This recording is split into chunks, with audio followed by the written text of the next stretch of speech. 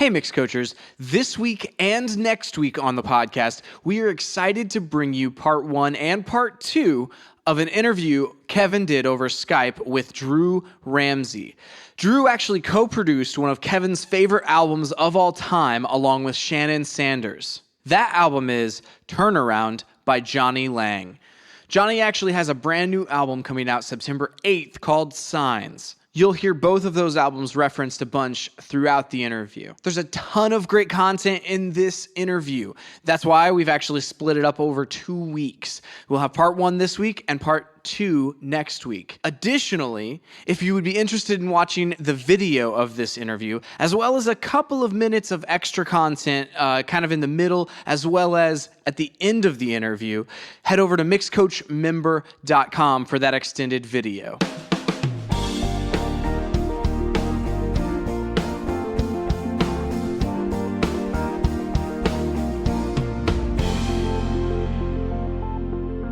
Hey Drew, man, thanks for coming on the show. I appreciate it, man. I was doing a little research on the internet the other day, and I just every now and then Google Jonny Lang to see if he's coming out with a new record. And lo and behold, there was another record out there, and I immediately texted you and said, hey, do you know anything about a Jonny Lang record? And then right about the time I texted you, he was talking about you and Shannon had produced the record. You both were producing it. And I was like, oh man, this is like going to be turnaround again. So, and I noticed a little bit more. Man, I got so many questions about the writing of this record and the recording of it. So, first of all, you recorded it in L.A. Where did you record it? And tell me who all was involved. Okay, well, there's a guy that actually recorded Turnaround. He did not mix it. His name is Matt Hyde. He's a pretty big rock engineer. And we've done a couple of albums together, including Turnaround that he tracked, and we did that here. When Jonny called me and said, well, first of all, I hadn't heard from Jonny in about 2 years, and he just called me kind of like hey, bro, you think you might want to make a record again? I'm like, man, you just tell me where and when, But even in that first conversation, he mentioned that I really want to make sure the electric guitar, kind of rock guitar, is a big part of this record. Mm-hmm. And I was like, well, we got to get Matt Hyde again because he's so great at those tones. I mean, this is a guy that does Seether and bands like that. Mm-hmm. So I call Matt, and I always trust Matt when it comes to where we might track. And he found me a place in the Valley. He knew the kind of sight lines. He knew everybody was going to be there together. And he wanted like a 70s API era rock console. And there's a place there called Stagg Street Studios. It's been there for probably 30 years. A gentleman owned it. He's since passed away, but in his honor, his wife has continued to run that place. Oh, wow. And it was perfect, man. It wasn't too it wasn't too LA, it wasn't too fancy. It was rock and roll. It was down and dirty. It was sweaty, and it had a great ping pong table. Yeah, I saw pictures of it in the EPK. What kind of console was that? It's a 70s era API. Okay, got it.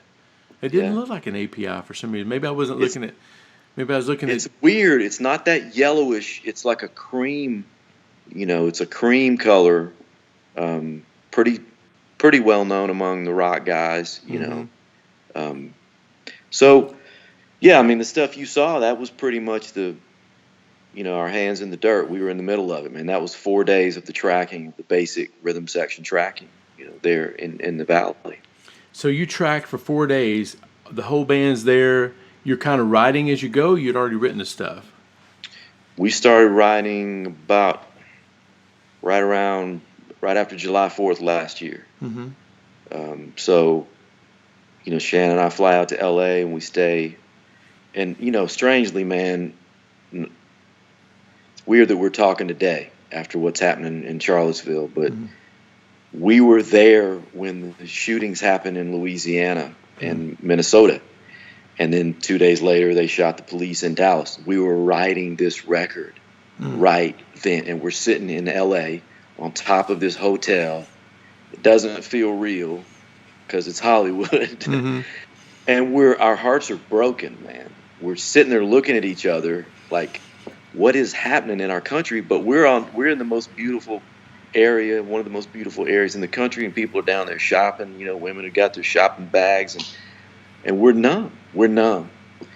And there was probably at least 3 songs, man, that came out of that sitting, because I remember telling Shannon and Johnny, like, guys, I'm not a police commissioner. I'm not a mayor. I'm not even on the city council. I feel like I can't do anything about what's happening in our country right now. But I know one thing: we can write some songs. That's how we work. That's what we do. That's how we're wired. And so several songs came out of that. How can we help? How can we help? So, but yeah, we were writing for several weeks, but we knew the guys were going to be flying in. Wow. We were writing in hotel rooms, and we were writing out of Johnny's house, and we had the pressure, man.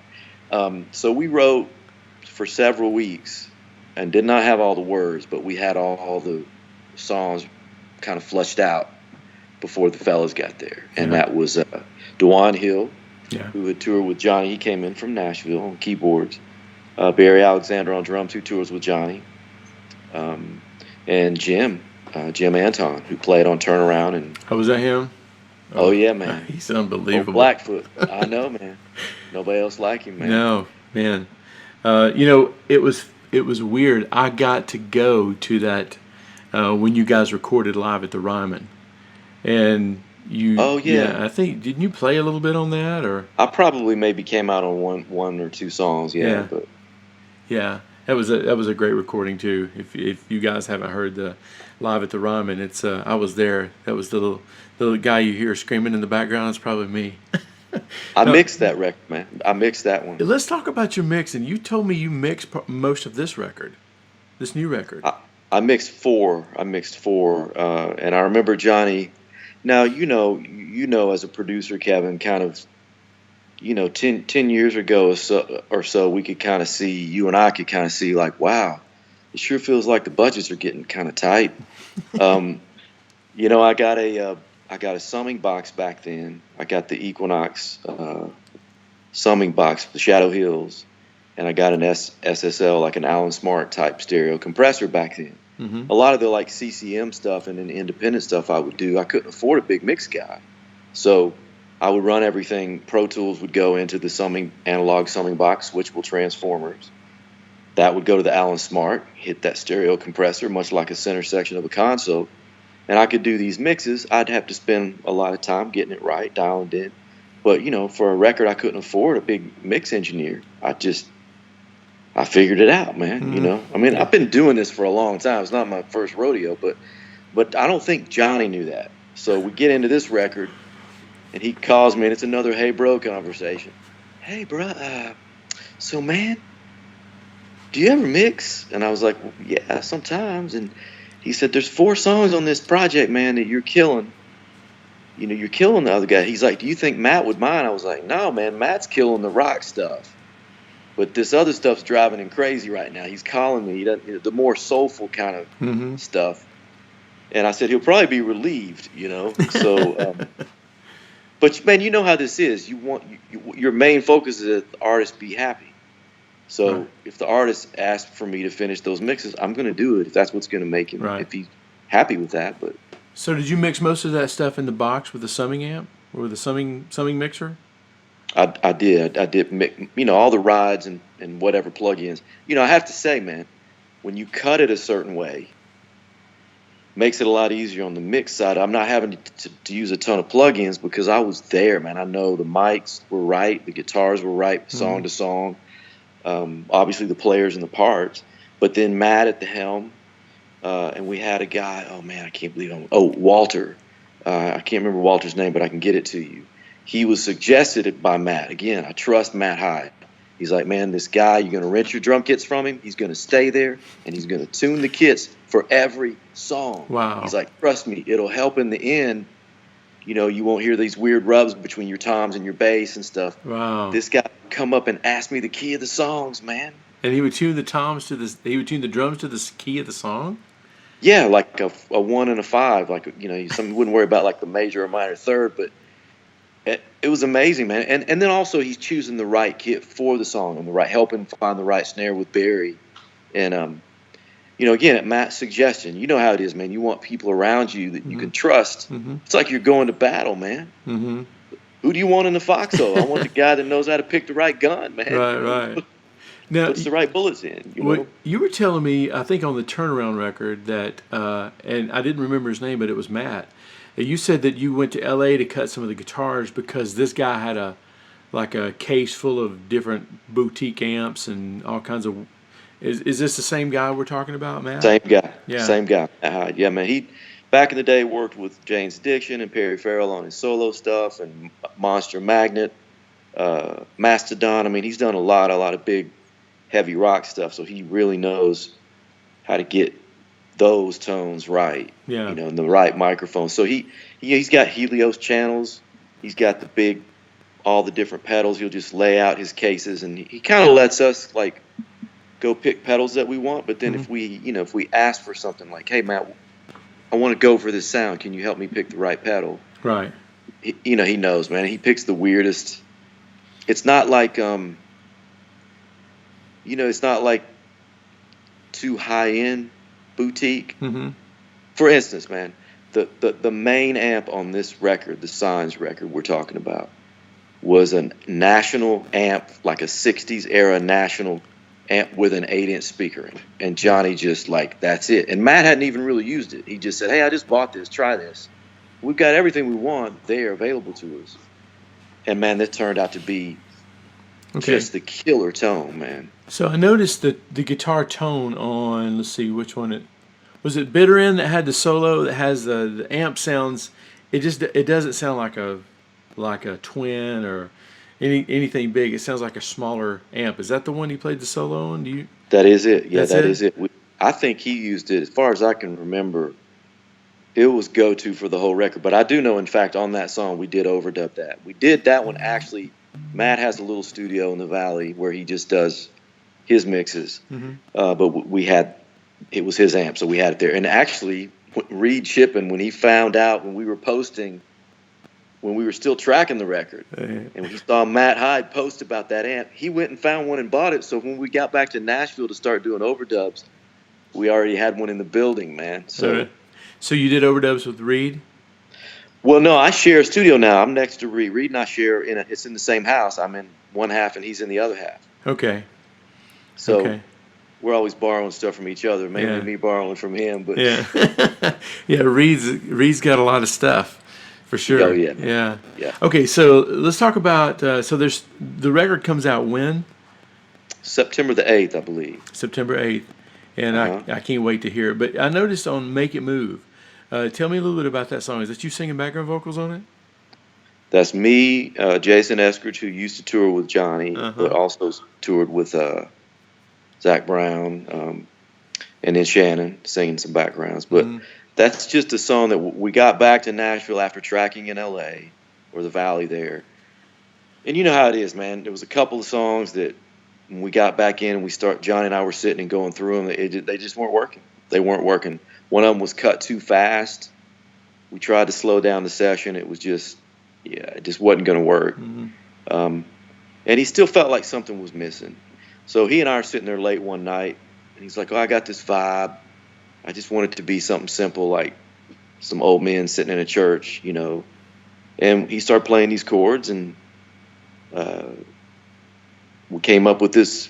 You can spend your whole life waiting for the mountain to move, but it's waiting on you. Just this whole idea that we'll climb it then, It's not going to move. The mountain is not going to move, so I guess you better start climbing. Yeah. So, but, we all have that in our life, but it was just me and Jonny sitting there late, and then it's like, well, man, if this is supposed to sound like stomping, then the old part of the studio, which is an old house, it's on an old wood foundation. And if there's a certain place, if you stomp in the hallway, man, it's so big and fat. So I put some mics in the hallway, one down on the floor, but one all the way at the far end. And Jonny and I just sat in there and stomped and clapped, and then we start building that track. That whole thing was built at my studio in Nashville. Okay, see, I know you did the Turnaround record, and there was a lot of it was a hybrid of samples and stomp samples and clap samples and stuff like that. But you're saying that Make It Move is all like you guys stomping and clapping, right? Well, that was the beginnings of it. I'm not going to say that in the mix part I didn't sneak some other things in there. But I knew to get the spirit right, that at least needed to start with real people in a big hallway, stomping and clapping, and then he put down the guitar right in my studio. And I did all of that stuff. My studio's probably about maybe 30 by 20, and it vaults up. Mm-hmm. And so we actually set the amp out in the room, then that same little National, and the acoustic recorded in that big room. And then when I cut Johnny's vocal, it was an SM5. You know those? Mm-hmm. Yeah. It was an SM5 right up on him. It just happens to get these certain frequencies from his particular voice very, very well, even more than an SM7.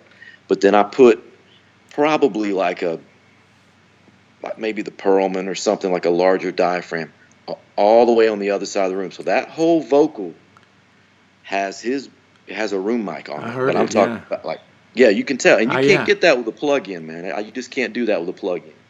And he says he loves that vocal more than anything on the record. It's raw, man. I love it.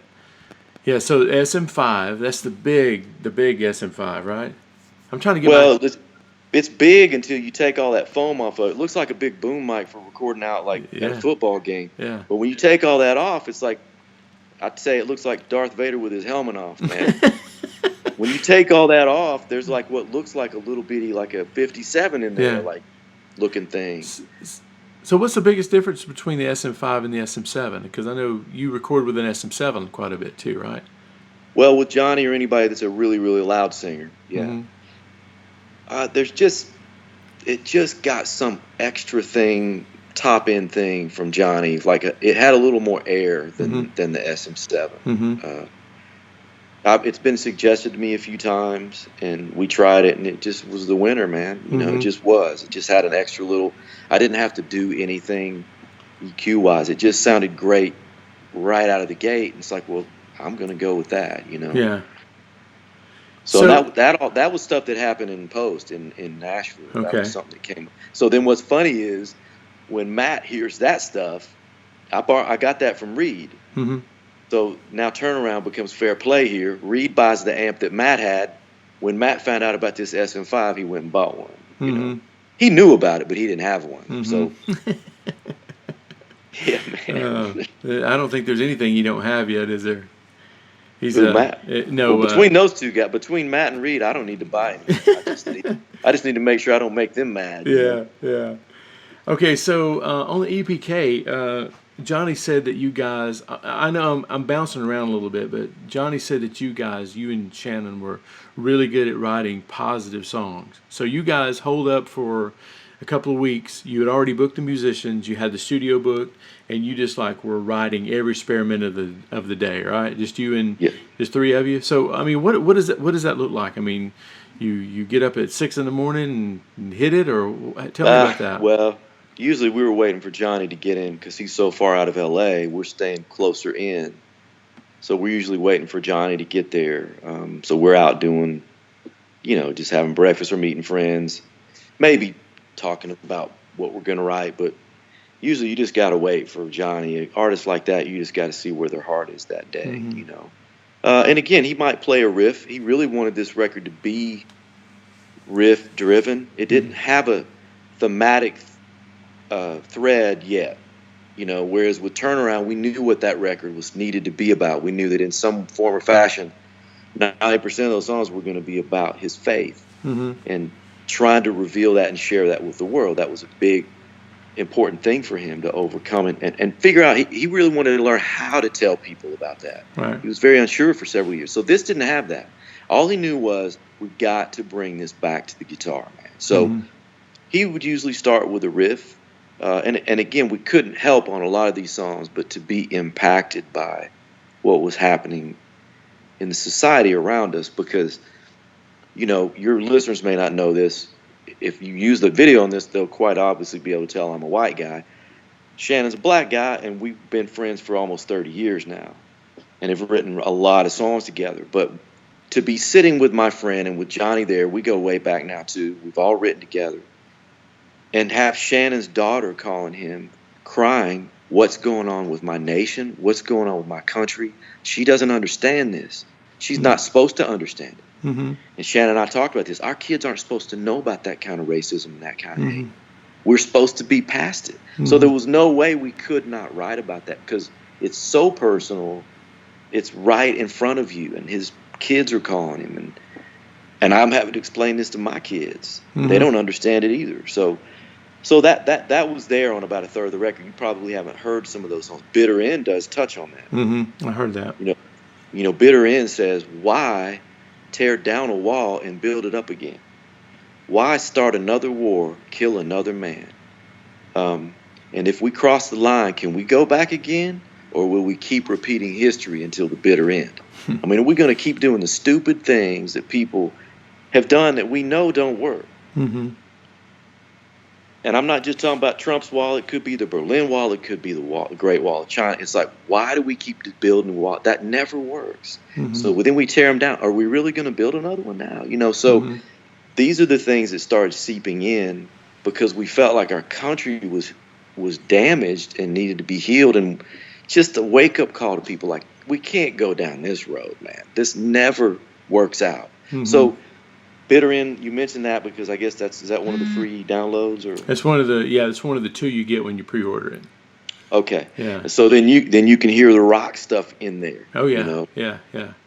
And the big toms. I mean, we wanted to go there, and that was another reason why with Matt not previously mixing for Jonny, this is a case where we were like, this is the guy that needs to mix that stuff because we wanted to go there. Like, we told him, like, dude, we want this stuff to rock like Seether and those songs, those particular ones. You know, there's another one like that too. So there's 3 or 4 songs like that, man, where that stuff was just, it was on our heart, man. It was on our heart those days. And as Americans, as humans, we had to go there, man. And then a couple Jonny had, he might have a weird sketch of an idea.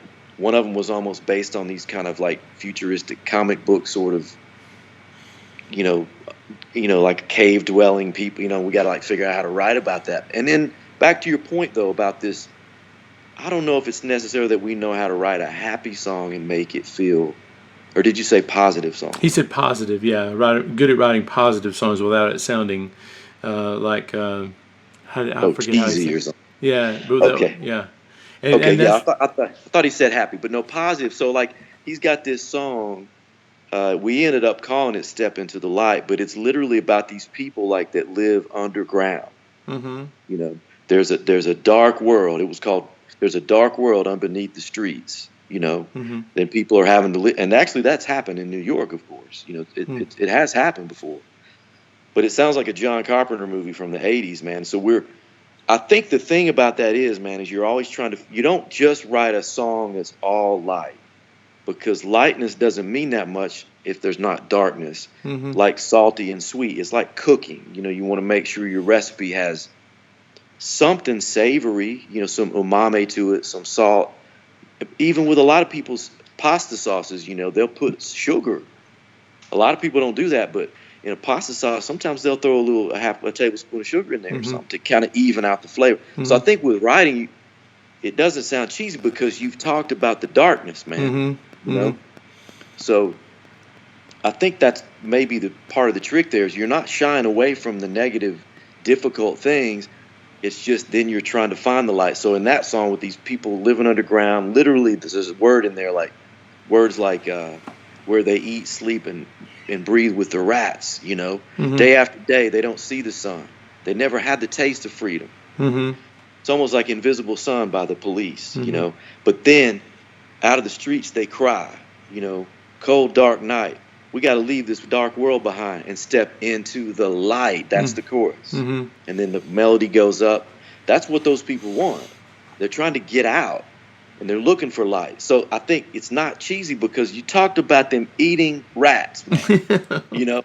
Yeah. But what those people want is they want out of darkness. They want to come into the light. So let's go there. And then musically that changes, and it has a positive feeling to it. But then you're right back into the second verse, man. Yeah. You know?